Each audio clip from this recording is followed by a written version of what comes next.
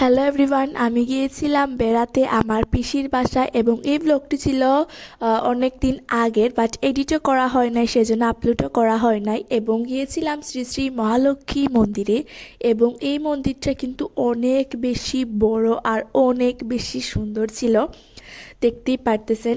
এবং আমি এখন অল্প করে মহালক্ষ্মী মন্দিরটা একটু ঘুরে নিচ্ছিলাম। দেন ঘোরার পর এখন মহালক্ষ্মী মন্দির থেকে বের হয়ে চলে যাব পিসির বাসায়। এবং আজ কিন্তু অনেক বেশি রোদ উঠেছিল, হালকা হালকা গরমও ছিল ওই দিন।